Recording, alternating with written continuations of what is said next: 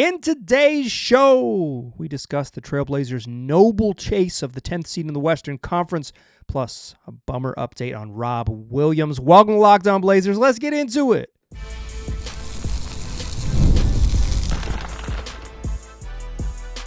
You are Locked On Trailblazers, your daily Portland Trailblazers podcast, part of the Locked On Podcast Network. Your team every day. What's up, world? It's past first point guard and Trailblazers reporter Mike Richman. You're listening to another episode of Locked On Blazers, part of the Locked On Podcast Network, available wherever you get podcasts and also on YouTube. Thanks for making this show your first listen, coming at you each and every weekday, Monday through Friday. So make it a part of your daily routine. Make your first listen. Tell your friends to do the same. It's Locked On Blazers, your team every day. In today's program, we're going to discuss the Blazers' noble quest to finish 10th in the Western Conference, their surprise run to the play-in. I want to talk tiebreakers. I want to talk games left. I want to talk what it's going to take to catch Phoenix, to catch Dallas, to make it happen.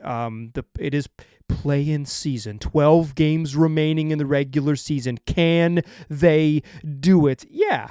They can, but they're going to have to, if they end up there, they will do it because they are better than the other two teams, at least record-wise. The Mavs are a curious case, but if the Blazers beat out the Suns for the 10th seed in the West, there's no way to slice it. They're a better team than Phoenix. They're certainly a more fun team than Phoenix. There's no doubt about that, but if they, they'll earn it if they get there. Talk about all about that, everything you need to know playing-wise. Then we'll get an update on Rob Williams. His regular season is done. His season is done. Just a bummer. We'll talk about that a little bit in the second segment and to close the show. But first, let's talk play-in stuff. We've discussed this a bunch on recent shows, but what I want to get into today is kind of just like what it's going to take. I think we've mentioned like Phoenix has a tough schedule and Dallas is coming off of some bad losses, and Anthony Davis might come back. I think it was first reported by Mark Stein of the Stein line that Davis wants to play again. Whether the Mavs are going to allow their star player to play again in a season that is otherwise lost, a cajillion injuries, Kyrie Irving out with a torn ACL, other big men banged up, like whether chasing 10th is actually meaningful. I'm not surprised Anthony Davis wants to play. Of course, he would like new team, so many different reasons why you'd want to like get new team, competitive person, blah, blah, blah, blah.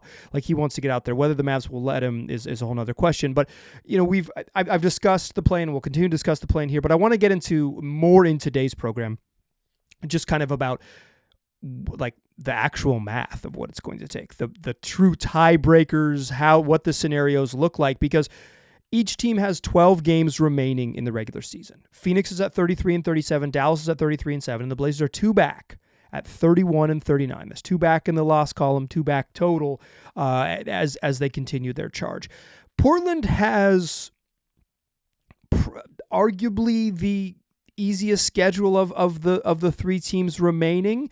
But again, like it's so hard to know when you play a good team in late March and April in the NBA, whether you'll actually play that good team or whether you'll play that good team's bench, right? Like it's so I think some of it is just like other teams' interest in playing. Obviously, there's some bad teams you might play, like when the Blazers face off against the Toronto Raptors, who will be dead set on losing, and so that does change the calculations a little bit. The Blazers still play the Raptors, the Spurs, and the Jazz, teams that are like on it. The Spurs aren't really full on tanking; they're just kind of light on talent right now. They're not doing anything nefarious. But here's the thing. The Blazers are going to have to catch these teams. They're going to have to catch them. Two back, but they are in trouble in terms of the tiebreakers. And that, I think, is the thing. Portland, with 12 games left, is going to need to win 3 more games than Phoenix and or Dallas. And or is a big thing here. So here's how it works. If it is a single team tie, look, let's say to begin this exercise that Dallas is just like doesn't get Anthony Davis back, is a mess, season over, nothing to play for. They kind of pack it in, right? And they being like they have 8 dudes who are available to play most nights. It is what it is, right? And they just and the Mavs are out of it. So say the Blazers, they have to win 3 more games than Phoenix down the stretch to make up the 2-game deficit, and they have to do that for a variety of reasons. If 2 teams are tied at the end of the season, the first tiebreaker is head-to-head. Well, Phoenix and Portland split the tiebreaker. For your purposes, Dallas has the tiebreaker over the Blazers if they were to finish in a 2-team tie. Portland 1-2 against Dallas this season. All 3 of those games happened before December 28th. Just a totally different version of the Blazers, and quite frankly, a totally different version of the Mavs, although the Blazers' 1 win came in the game without Luka when he was still on the roster, and you'll remember Kyrie Irving had 46 in the Blazers, and it got a nice little win against the Mavericks, who, despite the efforts of their veteran point guard. So head-to-head, if they finish tied with Dallas, Dallas wins it. Head-to-head, if the Blazers finish tied with Phoenix, and I think we're really focusing on Phoenix here, it goes to conference record. The second tiebreaker in head-to-head is conference record. It's division and all that stuff, but they're not in the same division. So it would drop to conference record. That's going to be the second one. Phoenix is 21-25 against the West. The Blazers are 16-30 against the West. The most wins, Blazers 6 of their final 12 games come against Western Conference teams. Phoenix, 6 of their final 12 games are going to come against Western Conference teams. The most wins the Blazers could get would be if they were to rip off 6 straight against the West. They would finish 22-30. You play 52 games against your own conference, 30 against the other one. That's how it works. So the Blazers could get up to 22 wins total, which means that Phoenix, right now at 21 wins against the West total, if they go 2-4 against Western Conference opponents down the stretch, they automatically clinch that tiebreaker, and that's that. And then the Blazers will not be able to match, even if they go undefeated, will not be able to match the Phoenix, and Phoenix would have the head-to-head tiebreaker outright. Dallas would have the head-to-head tiebreaker outright, and in the event of a 3-way tie, it goes to conference record. Dallas already has 23 wins. The Blazers can't catch them. Dallas would win in a 3-way tie. Portland would lose. I don't know.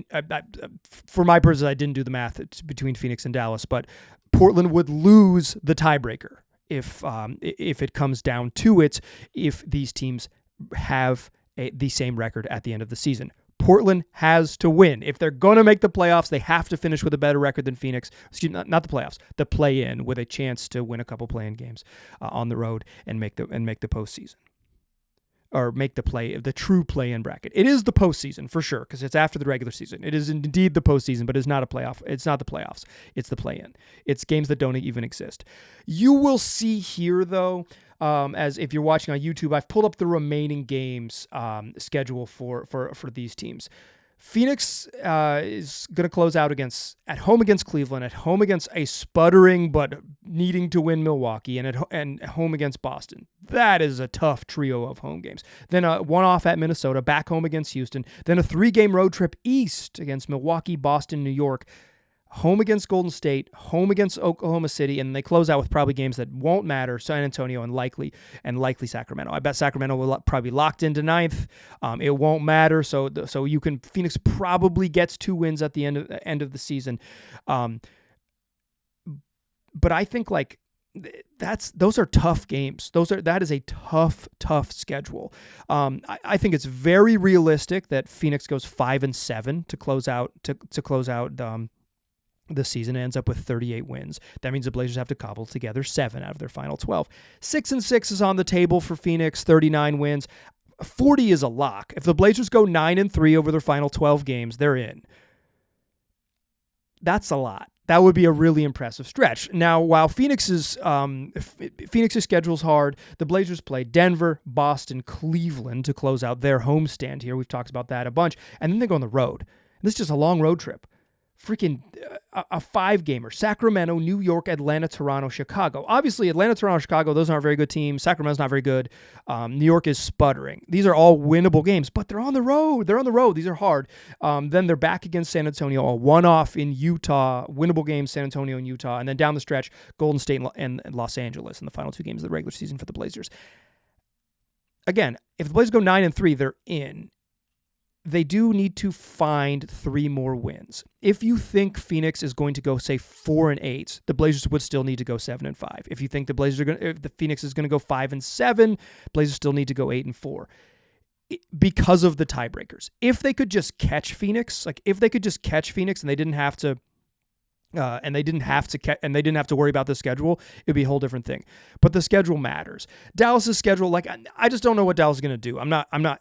They matter because they're in the way, but because basically they lost to the Pacers in an excruciating fashion and have dropped back, and do not have the head-to-head tiebreaker over Dallas as it stands now, or over Dallas not have the head-to-head tiebreaker over Phoenix as it stands now. They play a relatively easy schedule: Detroit, Brooklyn, New York, Orlando, Chicago, Brooklyn, Atlanta, the Clippers twice, the Lakers, Toronto, and Memphis. I think Dallas. I said the Blazers arguably have the easiest schedule because I think that, but I think looking at this as I do this live, I think I was wrong. I think Dallas has the easiest schedule remaining.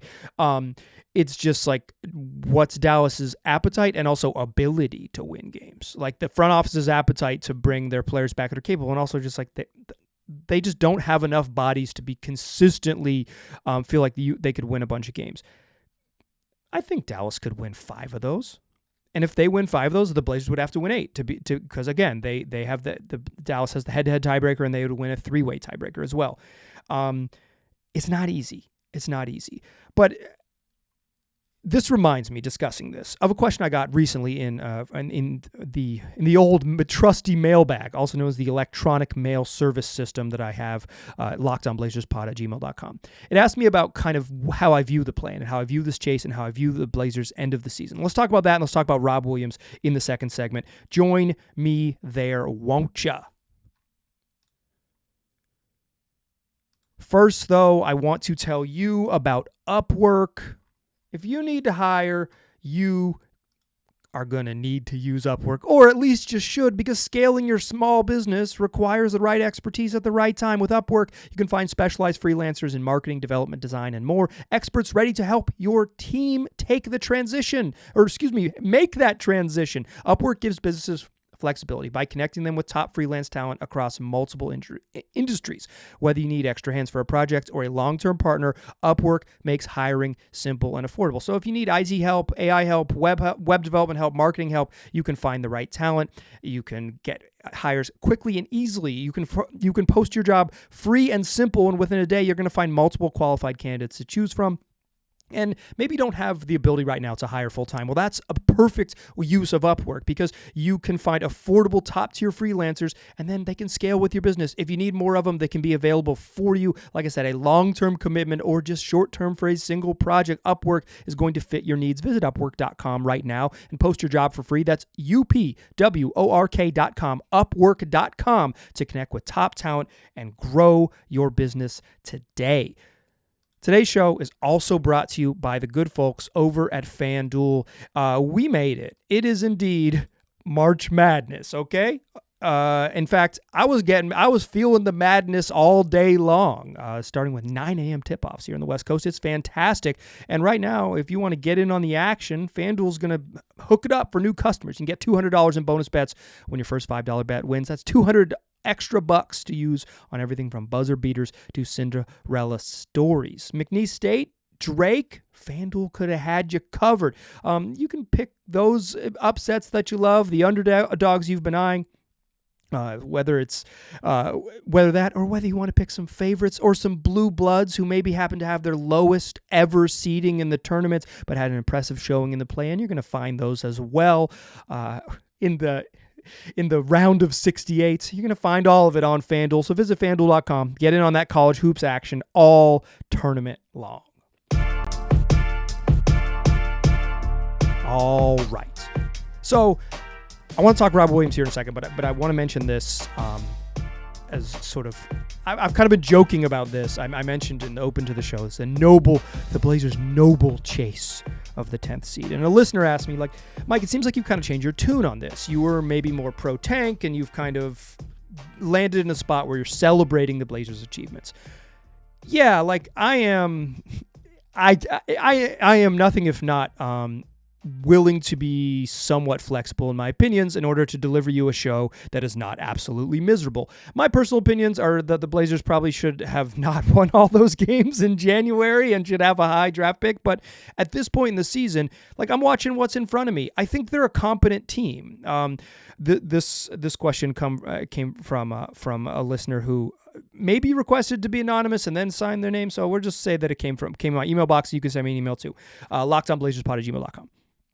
In any case, I think I've changed my tune in part, like, not because my opinion of the whole process has deeply changed, but because I do think like the Blazers they've been as competent for as long as they have, that it feels like, yeah, like they could chase a playoff if they played this well for an entire season. They could chase a playoff berth. Like they could be, right in the mix for the 7th best team in the West with, pushing further than that. And like they certainly could be, playoff caliber if they had played 41 games like this or 82 games like this as opposed to 41. And also, like, I think beating the drum and saying doing this podcast and every time they win saying win bad is just like corny. First of all, I think the point of any individual basketball game is to win it. I understand the NBA has, it has an incentive structure that does reward losing, and certainly I am a strong believer that the top of the draft is much easier to land stars than the middle of the first round. Although there are good players everywhere if you can find them. It's just like the long and short history league suggests that it's easier to get them at the top of the draft.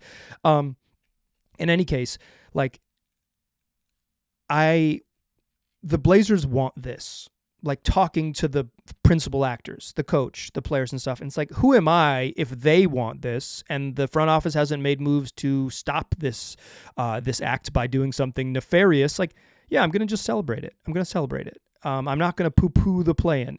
I mentioned a couple weeks ago when the Blazers started kind of playing well and kind of bounce back from the post All-Star break swoon a little bit, and heading into the break swoon. It's like, you might as well just lock in and enjoy the wins because this is the way it's headed. And so that's kind of how I've structured the show. I think this is a noble chase because the point of basketball is to win. Whether it's like a great big picture plan is something that we'll discuss during the interminably long off season for teams that don't go deep into the playoffs. I do 5 of these a week until freaking August. We'll have plenty of time to weigh in on the big picture stuff. Now, the small picture stuff is that I think it is a noble cause to chase this 10th seed because you're this far down the path. Go ahead and do it. Okay. Injury stuff. Man, this stinks. I don't want to do this. I don't want to talk about this now. This isn't what makes a fun show in March, but the Blazers sent an injury update on Robert Williams. And the team announced today via PDF sent to my email that Rob Williams underwent an arthroscopic procedure to address inflammation in his left knee today. It actually doesn't say when this happened. No, it does. Excuse me. Today. That would be as you are listening to this yesterday, March 20th. Underwent arthroscopic surgery on his left knee to address inflammation in the knee, and he's expected to make full recovery and will miss 4 to 6 weeks. His season's done. It was clear his season was done based on kind of how he was being treated and something weird was happening. But now it's like it's so much bigger than that now for him, because it's like, when's Rob going to be able to play? When is Rob Williams going to be able to play basketball again in any meaningful way? Over his 2 seasons with the Blazers, he's played 26 games out of a possible 164. Prior to that, with the Celtics, he played 35 in the 2022-2023 season. That means over the course of 3 years, he has appeared in 61 total games. 61 total games in 3 years. It sucks. It does. You know, this probably started and really went south for him when he was having that monster year in 2022. And he came back for the playoffs, and he helped the Celtics make the finals, and he was really stinking good when he was available to play in the playoffs. And the idea was that he was maybe coming back a little bit early from this knee injury, but it wasn't that big of a deal. And he couldn't, I remember the reporting at the time was that he couldn't further aggravate it by playing, right? It's like, it's bad, but it's not going to get worse. It pretty clearly got worse. He missed most of the next season. He had multiple procedures. The following year in Portland, he got hurt and had a procedure on the opposite knee, not the one that had bothering him. Now he's back in that same left knee. And when this happens, he didn't play right before the All-Star break, and then he came back and played 25 minutes against the Lakers right out of the break. Put pretty well in that game, to my memory. The box score says that he had 8 and 6, but to my memory, 8-6, 2 steals, 2 blocks. I thought I remember it being a pretty darn good Rob Williams night.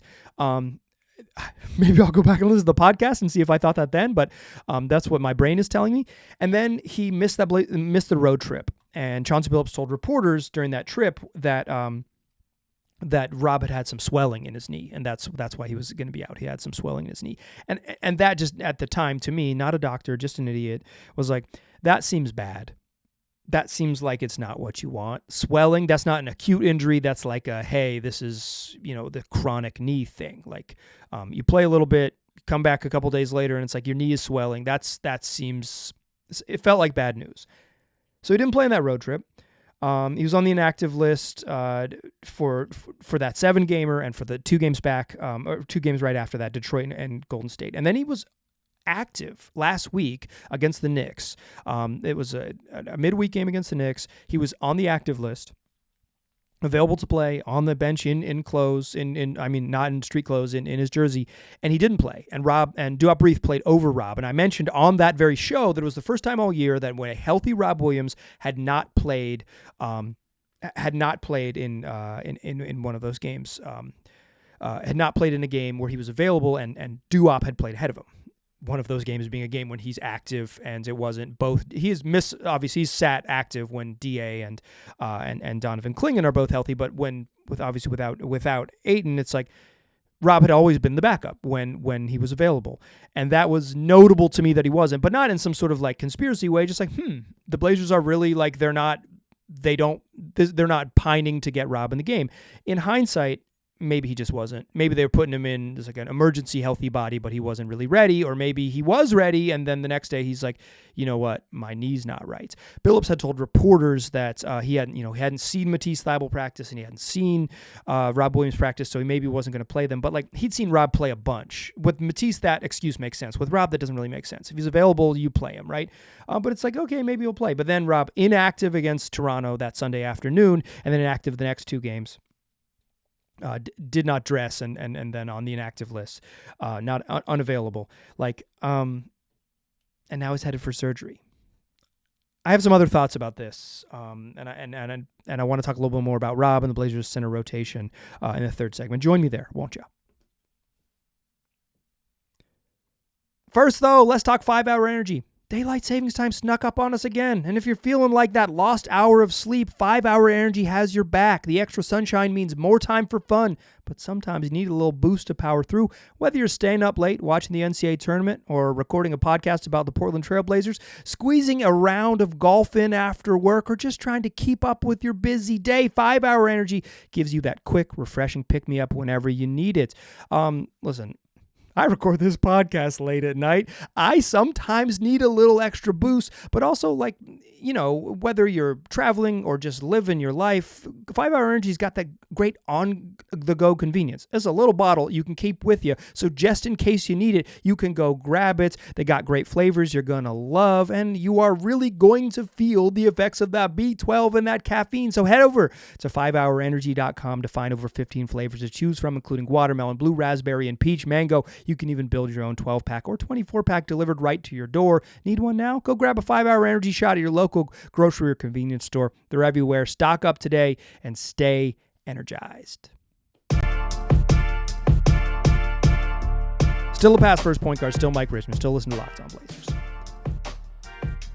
I think and I mentioned this in the past when Rob Williams has been injured, is that like there's a tendency, and I'm certainly part of this problem based on what I do and how I do it, is that when we talk about players often in relation to their salary, in relation to their production, in relation to their tradable value as assets in the world.